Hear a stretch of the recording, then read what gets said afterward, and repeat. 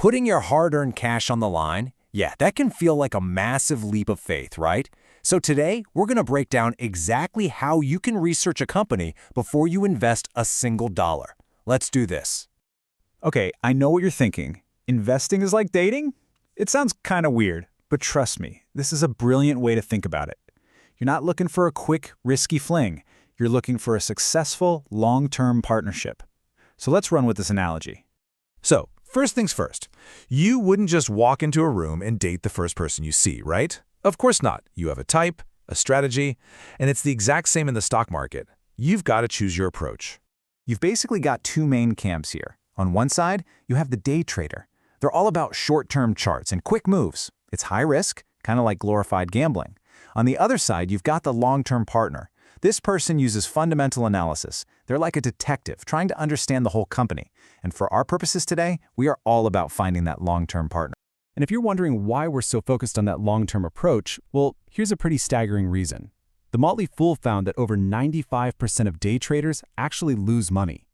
The odds are just completely stacked against you, which is why we're sticking to the fundamental long-game approach.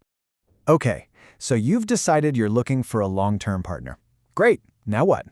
Well, it's time to start checking out some dating profiles. In the investment world, that means you got to dig into a company's financial statements. First up on their profile is the balance sheet. This is like their financial selfie, you know? It's a snapshot in time that tells you exactly what they own, what they owe, and what's left over. And to break this down without getting bogged down in accounting jargon, let's think about a cookie jar. Current assets? Those are the cookies right on top. Super easy to grab. Think cash. Long-term assets are the cookies buried a little deeper. Intangible assets, that's the secret family recipe that makes the cookies so amazing. And current liabilities?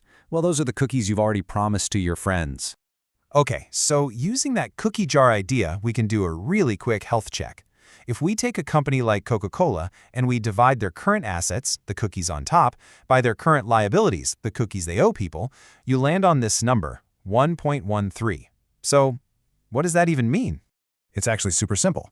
Anything over 1.0 is a good sign. It means that for every cookie they've promised to a friend, they've got more than one cookie easily available in the jar. They can pay their short-term bills.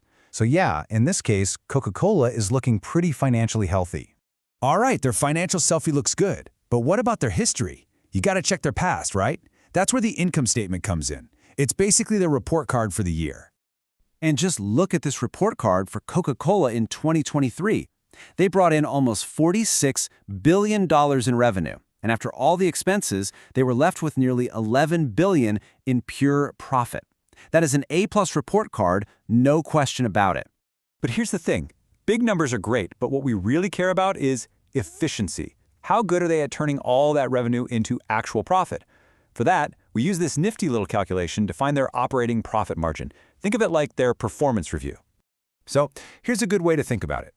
Anything around 10% is considered pretty healthy. But over 20%, that's fantastic. And Coca-Cola, they're sitting at almost 26%.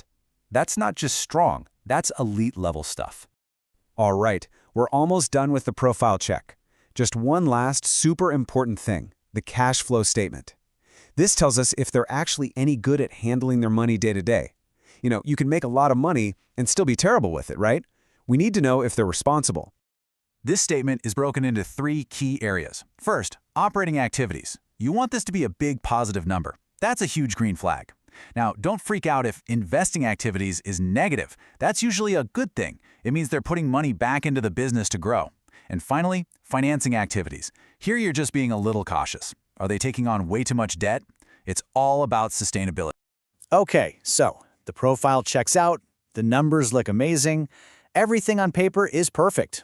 But we all know there's more to a great relationship than just a perfect resume, right? You need that spark. You need to do a vibe check. And that, my friends, is what we call qualitative analysis. We're moving beyond the black and white of the spreadsheets to look at the stuff you can't easily measure, the intangibles, the vibe, if you will. So, what exactly are we looking for in this vibe check? Well, it really comes down to three huge things. First, brand recognition. Is it just another company, or is it a powerhouse brand like Apple that people are fiercely loyal to? Second, leadership. Who's running the show? A sensible visionary leader is huge. And third, what's their competitive advantage, their moat? This is the secret sauce, like Tesla's tech, that keeps competitors away. These are the things that create long-term winners. Look, no relationship is perfect. There are always going to be some rough patches, and it is exactly the same with investing. The market's going to have its bad days. The real question is, how do you handle it when things get tough? So picture this. Some bad news breaks about a company you own. The headlines are screaming, the stock price is tanking. What's the natural human reaction? Panic, sell, get out now. And that emotional reaction can be your absolute worst enemy. Let's look at a classic real-world example.